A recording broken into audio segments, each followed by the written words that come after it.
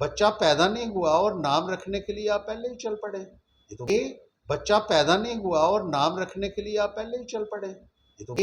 बच्चा पैदा नहीं हुआ और नाम रखने के लिए आप पहले ही चल पड़े।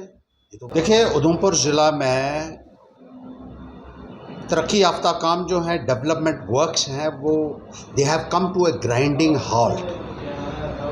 ऐसे लगता है जैसे बिल्कुल एक डक्का लग गया हो, बंद हो चुके हैं। चाहे वो सड़कें हैं, चाहे वो पुल के काम हैं, चाहे वो स्कूलों में मास्टर की रिक्वायरमेंट की बात हो, चाहे वो डिस्पेंसरीज में डॉक्टर्स और पैरामेडिकल स्टाफ की बात हो, पूरे तरीके से ज़िला उधमपुर में काम ठप हो चुके हैं।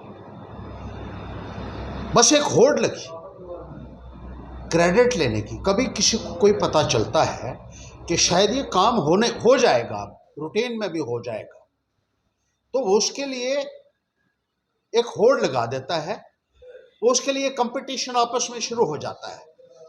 बीजेपी के एमएलए का आपस में हो रहा है, दूसरी पार्टियों का, वो कह रहे हैं हम ये करवा रहे हैं। तो मैंने अभी हाल में देखा है कि सलमेह पुल को लोग लेकर बहुत बड़े बड़े बयान अलग अलग कोटे से आ रहे हैं। एक कहता है मैंने करवा दिया, दूसरा कहता है मैंने करवा दिया, तीसरा कहता है मैंने करवा दिया। अभी भाई हुआ कहाँ है? अभी तो हुआ कुछ भी नहीं है। अभी बच्चा पैदा नहीं हुआ और नाम रखने के लिए आप पहले ही चल पड़े। ये तो वो कहावत होगी। क्रेडिट लेने की बात पहले ही शुरू हो चुकी है। अरे लोगों को सुविधाएं दीजिए, पहले बनने दीजिए। मैंने 50 पुल बनाए, सैकड़ों पुल बनाए हैं मैंने जब मैं एमएलए रहा। ना मैंने कभी जुलूस निकाला पुल बना के, ना मैंने कभी डंडोरा पीटा। अरे सड़क को देख लीजिए, उधमपुर से रामनगर तक जो सड़क थी उसमें ही 5 डबल लेन के पुल बनाए मैंने एक ही सड़क में, और ऐसी सैकड़ों सड़कें बनाई हैं और सैकड़ों के हिसाब से पुल बनाए। लेकिन कभी ढोल बजाने के लिए नहीं मैं गया कि मैंने बहुत बड़ा तीर मार दिया है। जब लोगों ने वोट दिए हैं तो काम करने हैं, तो काम करके दिखाइए। और हकीकत ये है कि काम नहीं हो रहे, काम कहीं नजर नहीं आ रहे। सड़कों की हालत देख लीजिए, चाहे वो पीडब्ल्यूडी की हो, चाहे वो पीएमजीएसवाई की हो।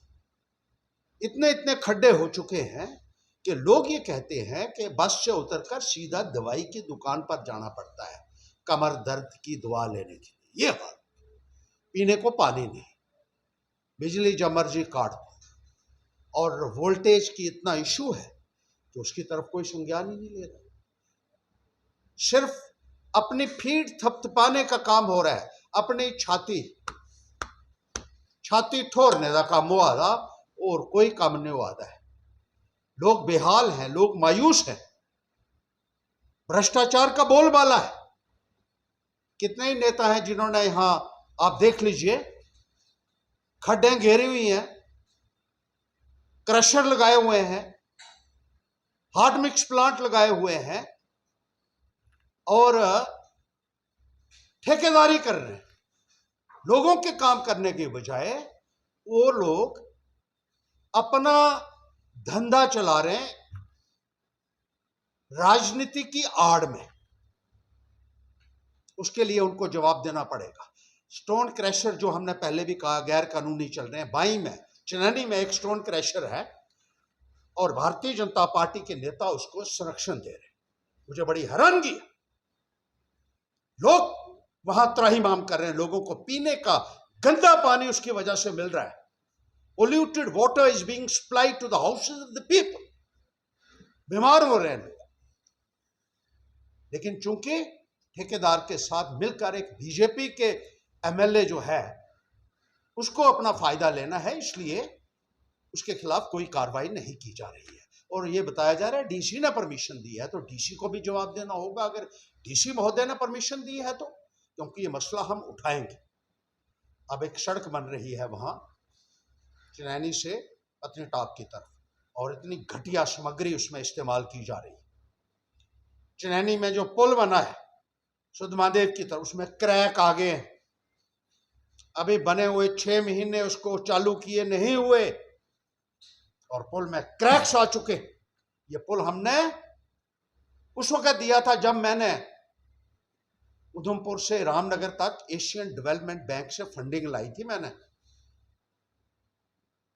और उसके तहत हमने कुछ सड़कें बनवाई थी। यहाँ उधमपुर से रामनगर एक मानसर की तरफ सड़क बनाई थी, और कुछ पैसा हमने उसमें चिनैनी में दिया था। बाद में कहा गया था कि इसको और भी डबल लेन जो है वो बनाया जाएगा, और इस संदर्भ में वो सड़क भी जो है वो खस्ता हाल में है, कोई देखने वाला नहीं। जो टनल बनना था शुद्ध महादेव से डोडा के लिए एक कनेक्टिविटी बननी थी, उसका पैसा कहां गया मैं पूछना चाहता हूं, कहां गया वो पैसा? क्यों कोई बोलने के लिए तैयार नहीं है? और 10,637 करोड़ रुपया जो केंद्र से आया था जम्मू कश्मीर के लिए, वो पूरे जम्मू कश्मीर में लगना था। उसमें से जम्मू प्रांत का हिस्सा था, उधमपुर का हिस्सा था। क्या एक भी उधमपुर का विधायक इस संदर्भ में बोला? 1 रुपया भी आपको नहीं मिल पाया है। तो असेंबली में इसलिए भेजा था आप कि बुत बन के आप वहां रहें। ये मिट्टी के मादो जो बने हुए हैं एमएलए, इनकी जवाबदेही तय करेंगी पैंथर्स फॉर इंडिया। और हर्षदेव लड़ाई लड़ेगा, सड़कों के ऊपर भी लड़ेगा, कानूनी लड़ाई भी लड़ेगा, ताकि लोगों को इंसाफ मिल सके। आज लोगों के जो है कार्ड दिए गए हैं, राशन कार्ड काट दिए गए हैं, बीपीएल लोगों के जो है, जो उनको राशन मिलना चाहिए था जिस स्केल के ऊपर, वो नहीं मिल पा रहा है। और बेरोजगार नौजवान सड़कों के ऊपर है, कोई बोलने वाला नहीं है। लेकिन जहां उनको ये लगता है कि ये शायद काम हो जाएगा, बन जाएगा, वहां अपनी पीठ थपथपाने के लिए आते हैं। इसके अलावा मुझे नहीं लगता है कि इन एमएलए को और कोई काम इनके लिए रह गया है। They have outlived their utility.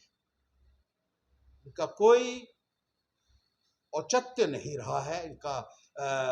जो है, मुझे लगता है कि ऐसे एमएलए को कुर्सी पर बैठे रहने का कोई अधिकार नहीं है।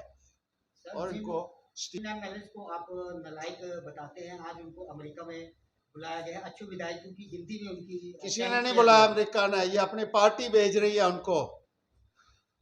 पैसे खुले कमाए हैं तो जहां मर्जी जाओ, पैसा खूब कमाया है। अब अमेरिका जाओ, लंदन जाओ, दुबई जाओ। तो जिन साहब की आप बात कर रहे हैं वो तो अक्सर दुबई में रहते हैं। उनको पूछो कितना कारोबार है आपका दुबई में, और क्या धंधा आप करते हैं, ये भी आपको बताने की जरूरत है लोगों को। खूब माल बटोरा है। अब जहां मर्जी जाओ। बहुत सारे एमएलए गए हैं, 130 एमएलए वहां गया है, जिनको बुलाया है, जिनको भेजा गया है यहाँ, और पार्टी वाले आइडेंटिफाई करके भेज रहे हैं। हाँ जी, पैसे खूब हैं, फिर क्या, फिर क्या, फिर डर काहे का? और ऊपर से सैया जो है वो थानेदार हैं, तो डर किस बात का है?